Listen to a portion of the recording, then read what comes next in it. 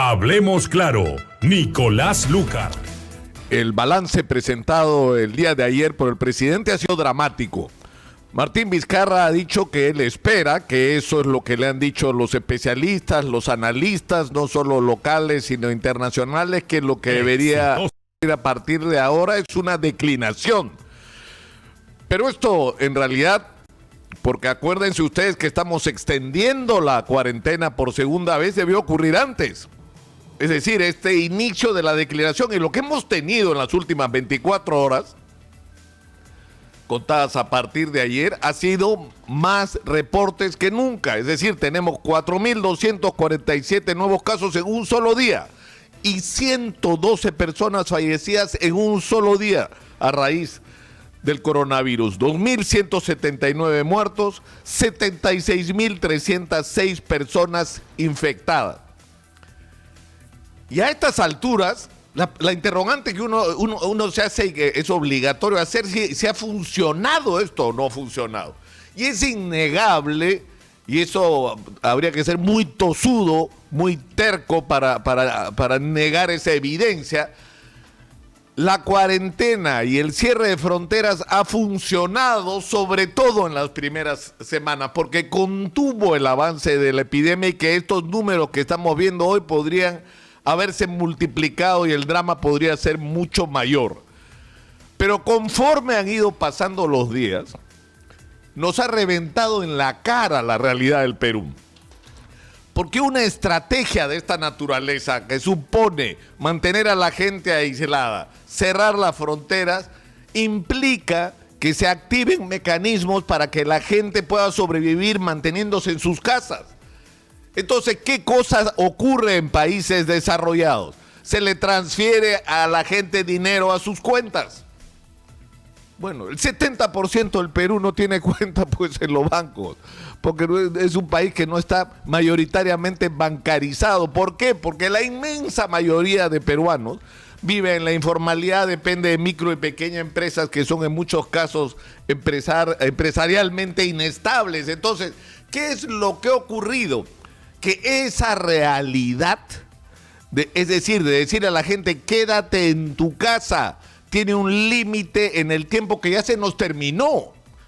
¿Y qué es la capacidad de sobrevivencia de los ciudadanos? Si los ciudadanos y las personas no tienen qué comer, no les puede pedir que se queden en su casa. Eso nos ha ocurrido.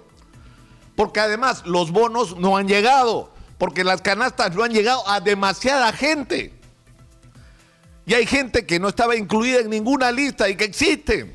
Y es esa gente la que ha salido a la calle, la que ha tratado de viajar a provincias, y eso es lo que ha de alguna manera boicoteado esta estrategia de la cuarentena. En segundo lugar, nos ha explotado en la cara una crisis de década del sistema de salud pública. Si uno compara simplemente en el Perú, en un momento ha habido 0.8 ventiladores por cada 100.000 habitantes y estamos en una situación que se supone ha mejorado muchísimo y podemos llegar a tener 2.3 ventiladores mecánicos para cada 100.000 habitantes.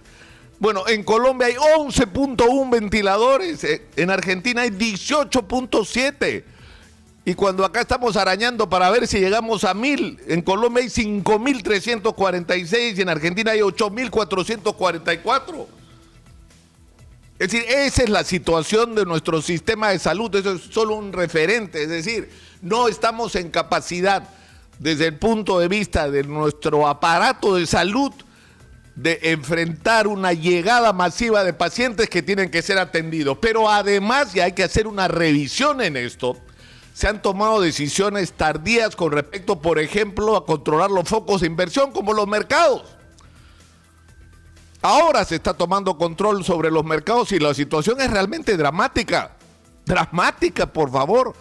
Hay mercados en los que casi el 100% de los comerciantes están infectados y ellos son los que le han vendido productos a la gente y el cálculo es que por lo menos se puede contagiar a 3 personas, pero en una relación continua esas 3 personas se multiplican.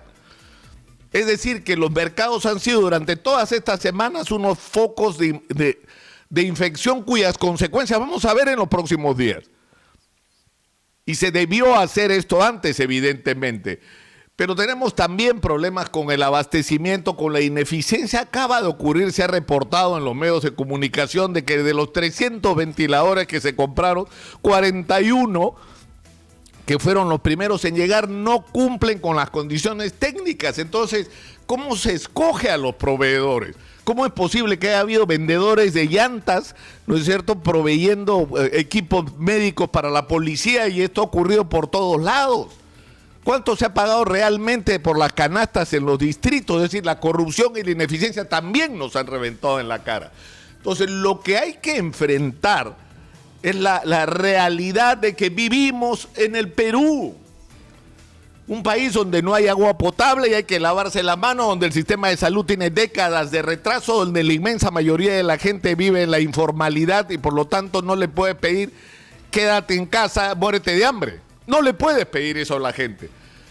Y hay que reformular de alguna manera la estrategia, porque esto va a ir para peor en el sentido de que la capacidad de resistencia de cada vez mayor número de gente llega al límite, porque no solo está afectando a los que no tenían chamba, sino a los que tenían y la perdieron.